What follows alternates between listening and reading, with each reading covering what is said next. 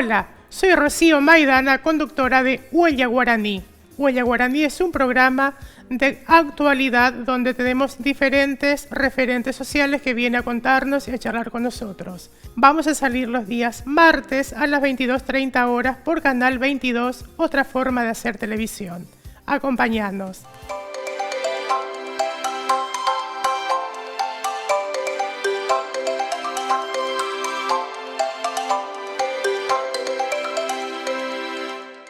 Hola, ¿cómo estás? Bienvenidos a Huella. ¿Cómo están? Bienvenidos a Huella. Hoy tenemos la visita de Nicolás Rodríguez Sá. Él es delegado de ATE y a su vez es un trabajador de los Museos Nacionales, del Museo Nacional. Viene a hablarnos, en este caso, puntualmente del Museo del Traje, que aparentemente lo van a cerrar por decreto, están en eso, ¿no? Bienvenido, Nico, ¿cómo estás? Gracias por venir. Hola, Rocío, muchas gracias a ustedes por recibirnos y poder contar la historia del Museo Nacional de la Historia del Traje, que efectivamente, como estás diciendo, nos enteramos por un decreto publicado en el Boletín Oficial que no aparece más en la estructura de los museos nacionales.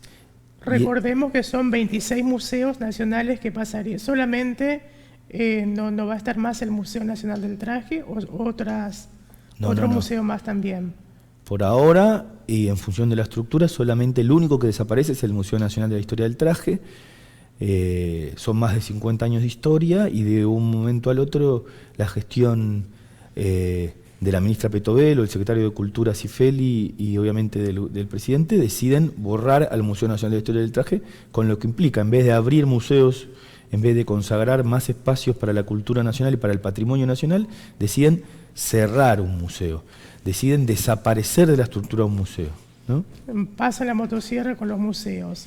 Pasa la motosierra por los museos, pasa la motosierra por la identidad nacional, pasa la motosierra por nuestro patrimonio nacional, que eso es el peligro, porque si hay una de las tantas funciones que tiene nuestro museo, y los museos nacionales en general, es contarnos sobre, es dar testimonio de la identidad nacional, de la identidad regional.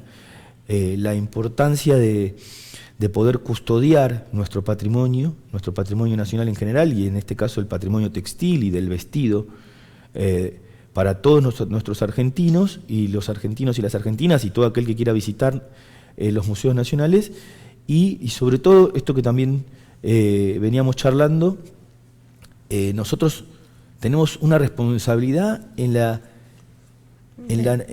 historia, en el cuidado, ¿no? Y en la historia, como decís, de el testimonio para las generaciones que van a venir. Si el Museo Nacional de la Historia del Traje no existe más, como están empecinados en que suceda, ¿quién va a contar cómo nos vestíamos, cómo se vestían en la Revolución de Mayo, por ejemplo, cómo se vestían las diferentes regiones del país, por qué se utilizaba tal ropa o tal vestido, quién va a dar testimonio de los diseñadores argentinos o argentinas que triunfaron en el mundo a las futuras generaciones? ¿Quién va a dar testimonio de eso? Ese es el grave peligro que hoy está sucediendo. Y obviamente el precedente que sientan para los museos, el resto de los museos nacionales, ¿no?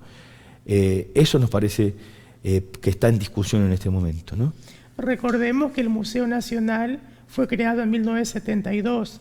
Después tuvo una modificación en 1980 y... Sí, en el 80 y pico, no me acuerdo bien la fecha, disculpen. Creo que fue, sí. 87.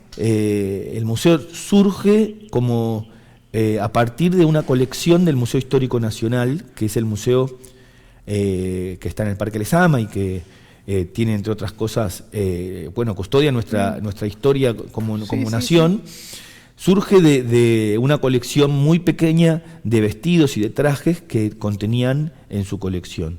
Se desprende de ahí, está unos cuantos años participando y bajo la órbita del Museo Histórico Nacional en lo que era el complejo histórico junto con el Cabildo, y luego por decisión de las gestiones que siguieron, entiendo yo que el gobierno de Alfonsín, decide independizarlo y crear el Museo Nacional de la Historia del Traje en la sede actual, en la sede de la calle Chile 832. Desde ahí hasta hoy, el museo viene funcionando y incrementando su reserva o su patrimonio, ya desprendiéndose de esa idea de una colección de trajes históricos para pasar a ser más una colección y un testimonio textil y de la moda de nuestro país y del mundo, porque nosotros tenemos además patrimonio en nuestra colección de diseñadores de importantes del mundo de todo el planeta. ¿Sí? O vestidos o patrimonio de otras colectividades o de otras de otra etnia. De otras, sí, exacto. Y eso también, por ejemplo, tenemos un gorro, un capielo de 1500, del 1500, que era un traje típico de la España de aquella época. Claro. ¿No? Sí, entonces, ¿quién va a custodiar, a contar esa historia, a contar cómo nos vestíamos antes? ¿Y qué pasaría? Dos cosas que quiero aclarar. Esto, en realidad, el museo fue creado en 1990 por decreto en la gestión de Carlos Saúl Menem. Hubo una modificación, pero el museo como museo fue creado por decreto. Eso es importante. Actualmente también tiene más de 9.500 prendas de todo el mundo. Exacto. Nuestra colección son 3 grandes colecciones. Sí. La fundamental es la de vestidos, la de trajes, que no es solamente trajes de hombre como nosotros pensamos, sino nosotros le decimos traje a vestidos de mujer, accesorios de moda, zapatos, gorros, todo lo que se les ocurra que complementa la moda. De esos tenemos más de 9.500 piezas de todo el mundo, como les explicaba recién, diseñadores de primer nivel, argentinos y argentinas, y diseñadores del mundo. Y también trajes regionales. Tenemos una colección muy importante de trajes regionales donada por la señora Eve Pirovano, y después tenemos una biblioteca especializada, otra colección de libros especializados que es consultada por las cátedras de las universidades públicas o privadas especializadas, de indumentaria, de conservación, de moda, de vestuario. Tenemos muchas consultas sobre cómo se vestían en tal época, cómo se vestían en tal época. Claro, porque si quieren hacer una película, por ejemplo, de los años 1000, como Más allá del horizonte, una novela viejísima que existía, seguramente van al museo y sacan historia de ahí. Exacto, el que quiere, el diseñador o el vestuarista que quiera hacer un trabajo como corresponde, nos consulta al Museo del Traje y le damos todo el material bibliográfico pertinente y le asesoramos, que es el rol de los museos. El museo no es... Los museos, y esto no solamente el Museo del Traje, los museos en general, los museos nacionales, que es de lo que podemos dar cuenta nosotros, no son solo su colección. Los museos son lo que sucede a partir de la colección. Y lo que sucede a partir de la colección es la interacción con todos los públicos. No solamente con los públicos, con las escuelas que vienen y que reciben visitas guiadas de primer nivel, de nuestras especialistas, las cátedras. ¿Cuántas veces por semana van, por ejemplo, a la escuela? Todos los días. Todos los días reciben. Sí, todos los días recibimos en función de la necesidad de las escuelas, se conectan con nuestro equipo educativo. O sea, es un lugar de cabecera de consulta histórica. Exacto. Por ejemplo, una de las cosas que nuestras compañeras guías cuentan es...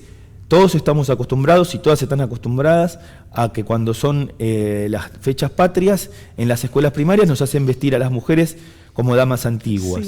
Entonces te visten como con el miriñaque, con esa falda tipo campana o armada. Bueno, nosotros le contamos a las escuelas que vienen que en la época de la Revolución de Mayo, la vestimenta que utilizaban las mujeres de la Revolución de Mayo no era esa, eran el vestido los vestidos de mujer que estaban de moda en España, que en ese momento tenía la ocupación francesa, y era el vestido tipo columna, o lo conocemos tipo princesa, que es el que se cae sin el miriñaque. Eso fue posterior a la moda en el Río de la Plata, más cerca a la época de 1800. Federalismo, 1850, 1800. Pero en 1810, y esto le contamos a las escuelas, también con la posibilidad, tenemos un vestido en nuestro patrimonio de estilo imperio, que es original de 1810 o 1816, pero además tenemos réplicas, que es otra de los trabajos que hacemos.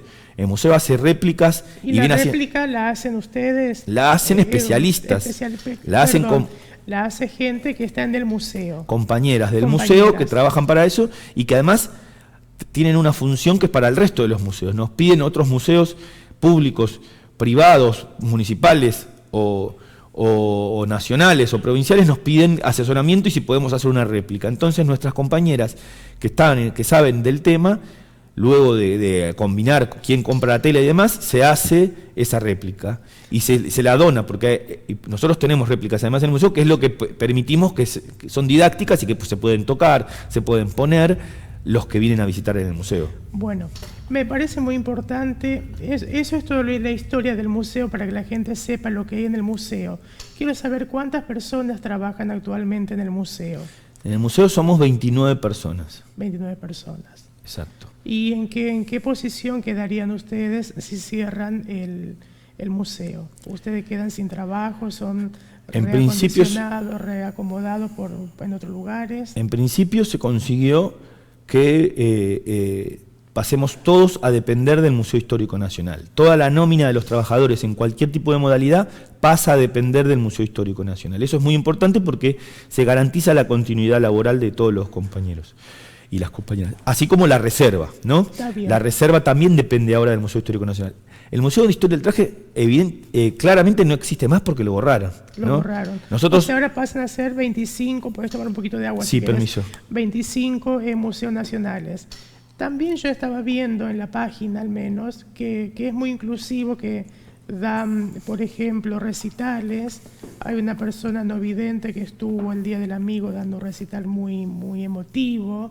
También está el Salón Malvinas, en donde se recreó cómo fue el primer traje de las Malvinas, creo que lo tengo acá anotado, para la fecha patria fue.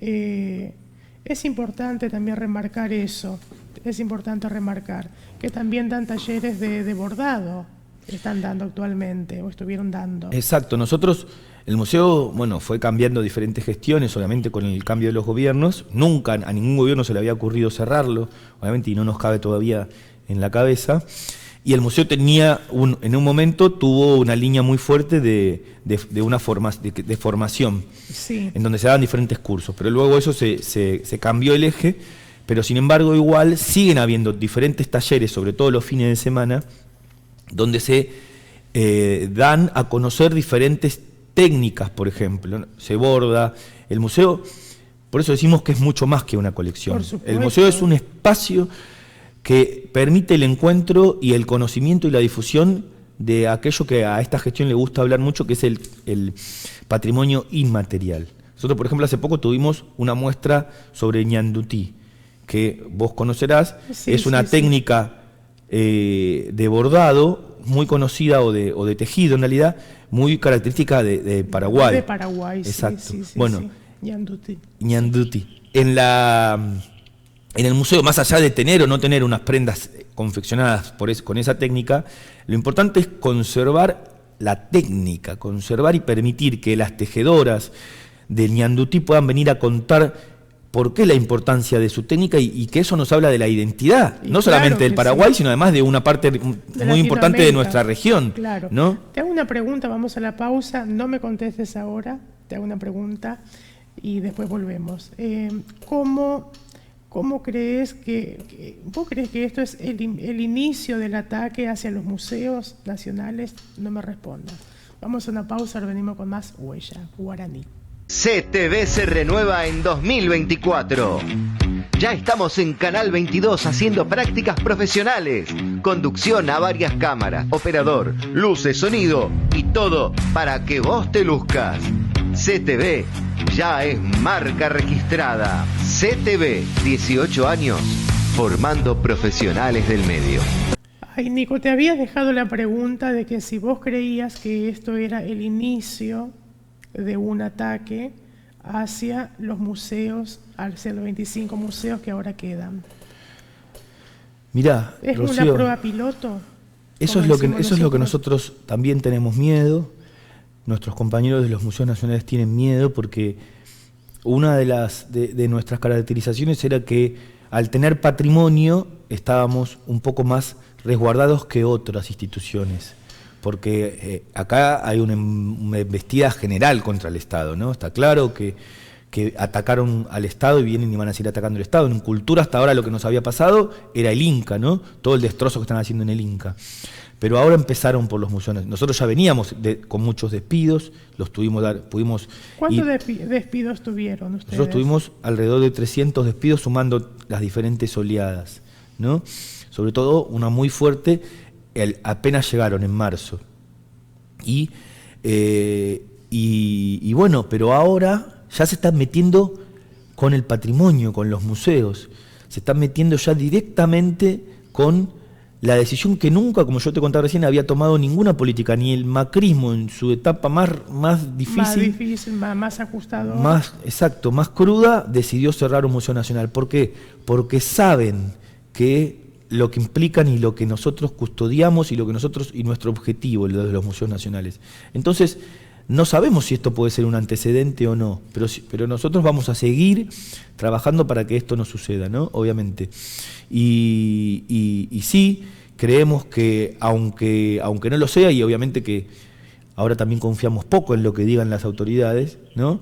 Y estamos en alerta, y estamos poniendo en alerta a todos nuestros compañeros de los museos nacionales, a todos, porque... Que tengo una duda. Al ser un museo nacional, no puede intervenir ningún juez, ningún fiscal, no sé cómo son los protocolos, pero es un decreto que ya está firmado, pero no hay manera de revertir. Y lo que pasa que nosotros no se olviden que por la ley bases, el presidente tiene la potestad por la emergencia administrativa de disolver organismos, de pasar a disponibilidad, de hacer un montón de cosas. El famoso superpoder. El famoso superpoder, entiendo. Y entonces, ¿en qué beneficia a los argentinos que cierran un museo? En nada. En nada beneficia. Creo yo que ellos lo que decían, al menos en la parte mediática que uno puede leer, es que por ahí no iba tanta gente. Ellos de alguna manera justifican por eso. Pero esto no es así. Me decía que va más de 11.000, 12.000 personas por año. Exacto, sí. Si es cierto lo que ellos dicen, que son 46 personas por día, el año pasado, con vos me hiciste entender ese número, son más de 11.000 personas por año, que es un montón. Pero no es cierto, sin embargo, tampoco eso. En el museo solamente en septiembre fueron más de 2.500 personas, y lo que vamos desde que se anunció esta noticia, van más de 2.000 personas en lo que va de octubre solamente visitando el museo. Es tremenda la cantidad de gente que vino, y suponiendo que eso sea cierto, y que para ellos, como vos me hiciste entender, 11.000 personas no es poco, pero suponiendo que fuese poco para ellos, porque la comparan con el CCK, que igual claro, pero convengamos que la estructura es casi una manzana. El CCK es otro nivel, está ubicado en un lugar central, tiene todas las luces y todos los faroles puestos y la publicidad puesta. Pero ¿cuál es el rol? La pregunta que subyace acá, ¿cuál es el rol de la cultura? Entonces, aunque fuese poco y aunque viniese poca gente, aunque viniese una persona por día, nuestra tarea está cumplida, porque nosotros tenemos que difundir, aunque sea para una persona, nuestra tarea, nuestro objetivo es dar a conocer nuestro patrimonio nacional, es permitir que el que quiera y el que le interese o la que le interese pueda acercarse y encuentre en las mejores condiciones, como hasta ahora sucedió, con profesionales de primer nivel en el rubro, un patrimonio cuidado, conservado, difundido, investigado, que cualquiera que tenga dudas pueda venir al museo y recibir lo mejor como hasta ahora. Eso justificaría de por sí la presencia y la apertura del museo. Bien, porque el presupuesto son de 66 millones de pesos, que ellos dicen que de alguna manera se van a ahorrar. Pero esa es otra. Desglosando todo, dividiendo por, ¿cuántas personas me dijiste? 29. 29 anualmente, le terminan dando 200.000 pesos por mes. Por eso decimos que tiran, pero es una estrategia del gobierno, tiran grandes números para que nosotros... Es importante desglosar para que la población realmente sepa cómo es. Exacto. Uno de los argumentos, como decía Rocío, era que gastábamos el año pasado 66 millones de pesos anuales. Ahora yo le pregunto a los que nos están mirando, que creo que no van a ser ningunos sonsos, en el sentido de decir, si hacemos la cuenta, como decía Rocío, son 29 trabajadores, en 12 meses son menos de 200.000 pesos por mes. ¿En qué mes alguna persona, inclusive el año pasado, podía vivir con 200.000 pesos por mes? Es irrisorio, es un número que no tiene sentido y no tiene explicación. No pueden cerrar un museo porque gasten 66 millones de pesos por año, porque no tiene sentido, porque no le hacen nada a las arcas del Estado. Son excusas. Es la manera de esmerilar la historia también. Exacto, no, es otra de las cosas que decía el secretario de Cultura, la única vez que se refirió directamente al tema, que fue en la presencia en la Comisión de Cultura de la Cámara de Diputados de la Nación, dijo que porque el museo tenía problemas de accesibilidad. Vos contaste cómo Cristian Alderete, un músico ciego, no vidente, no vidente, fue también, así como vino acá, hizo un recital en el Museo de Historia del Traje. Y él no tuvo ningún problema. Muy fue el Día del Amigo, es importante eso. Fue y aparte tiene actividades para todas las edades, van niñas. Tenemos actividades para todas las edades, estamos abiertos todos los días porque otras cosas... ¿Sigue abierto el museo? El museo sigue abierto, necesitamos que nos visiten, necesitamos, porque todavía no nos sacaron, sabemos que el secretario sigue... ¿Tiene fecha de cierre? No tiene fecha de cierre, pero sabemos que el secretario de Cultura tiene la fijación de querer hacer, no entendemos por qué, una maravillosa idea creativa de hacer un centro cultural destinado al teatro alternativo. Él viene del teatro, el secretario de Cultura, Leonardo Cifeli. ¿Pero por qué no busca otro lugar? ¿Por qué no busca otro lugar? Teniendo el Centro Cultural Borges, teniendo el CCK, teniendo el Teatro Cervantes, teniendo otros museos, teniendo la posibilidad... Que son mucho más grandes, y porque acá ya está instalado. Recordemos que acá es una casa italiana, inspirada en una casa italiana. Es una casa chorizo, sí. Monumento Histórico Nacional, ubicada en el barrio de Montserrat, entre Montserrat y San Telmo. Recordemos la dirección, que es la calle Chile 832. Chile 832, estamos abiertos de miércoles a domingos, de miércoles a viernes de 13 a 19, sábados, domingos y feriados de 11 a 19. Por ahora estamos abiertos, necesitamos que vengan, que nos acompañen. Hay que acompañarlos, hay que ir. Aparte, te invitamos a vos para que vengas también a visitarlos. Nosotros queremos, hoy estuvimos charlando con los compañeros y con las compañeras, la necesidad de seguir haciendo que los visiten, que nos visiten. ¿Hay alguna manera de firmar algún libro de acta, algo como para que eso no se cierre? Nosotros para que no se cierre el museo. Nosotros en el museo seguimos teniendo una planilla de firmas. Está un Change.org que estuvo circulando, que también lo podemos hacer. Nuestra página oficial de los trabajadores Por favor, es importante esto. Es Lino de la Serna, que Lino es el gato de nuestro museo que sigue protegiéndonos, que lo creamos antes de que suceda todo esto, el Instagram. Porque la cuenta oficial, ¿qué pasó? ¿Se lo sacaron? Cuando decidieron cerrar el museo, que además, entre otras de las cosas que hicieron, fue sacar la placa histórica de una noche de lluvia. ¿Ya lo retiraron? Ya la retiraron, la placa que hacía mención al Museo Histórico, al Museo de la Historia del Traje, y la página nuestra es Lino de la Serna, donde nosotros difundimos todas las actividades. Lino por el gato y de la Serna, porque era la familia que, cuando esto era una casa, una de las familias que vivió ahí. Bien, en memoria a ellos. A ellos hicimos... al Lino de la Serna. Ahí ponemos todo lo que va sucediendo, necesitamos que nos vengan a visitar, necesitamos que difundan, que compartan, y como todavía seguimos abiertos, estamos dando la pelea como creemos que corresponde, que es haciendo actividades, permitiendo y convocando a que la gente habite nuestra casa, que venga, que esté. Sabemos que el secretario de Cultura todavía quiere, cual nene caprichoso, cerrar el museo. Y quiere hacer una cosa, esto que yo le decía, este centro cultural. Lo quiere hacer a su manera, lo quiere personificar. Entonces, nosotros le preguntamos al público, nos preguntamos a nosotros mismos, preguntamos a todos. Si dijo que no hay plata, si dice que no hay plata, ¿por qué trasladar toda esa reserva? ¿Por qué cerrar el museo para invertir plata, para gastar plata de todos los argentinos con la nuestra, como le gusta decir a ellos, por algo que ya puede hacer en otro lado, sin cerrar el museo y gastar más plata de nuestro? El valor histórico. Respetando el valor histórico.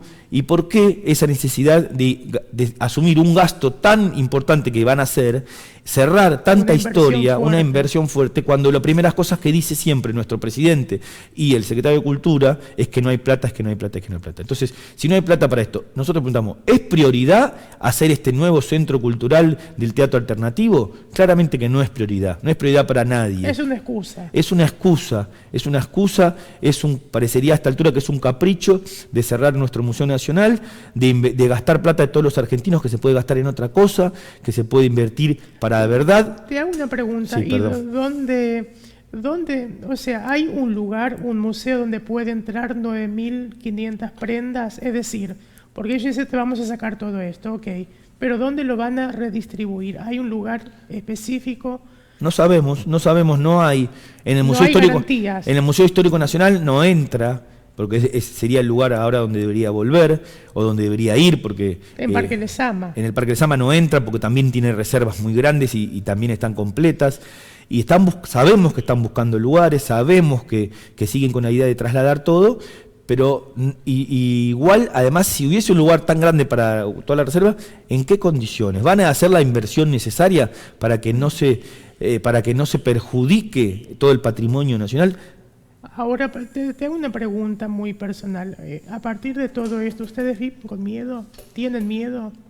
Tenemos miedo, claramente que tenemos miedo. Tenemos miedo, pero el miedo no nos hizo paralizar.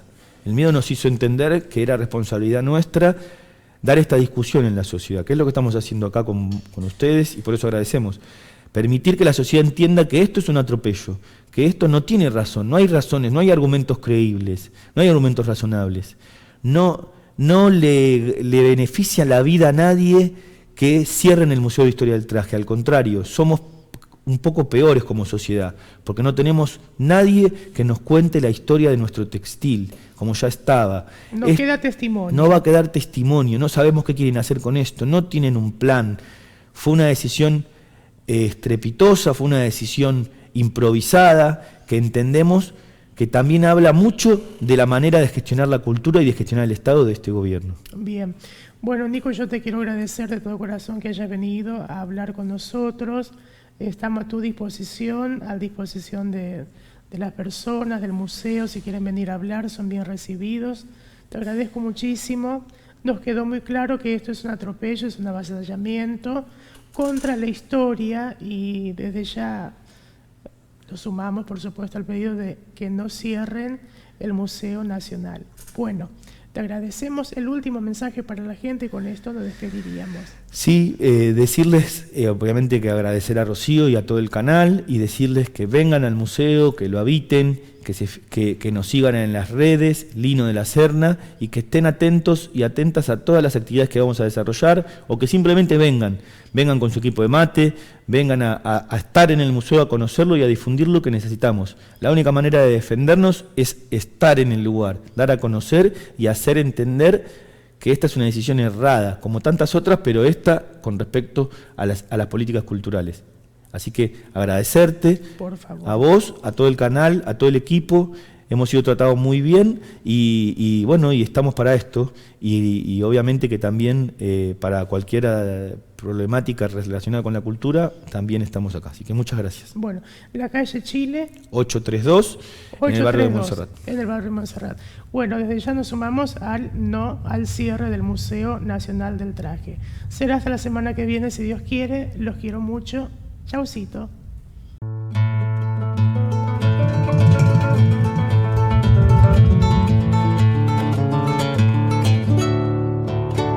Hola, soy Rocío Maidana, conductora de Huella Guaraní.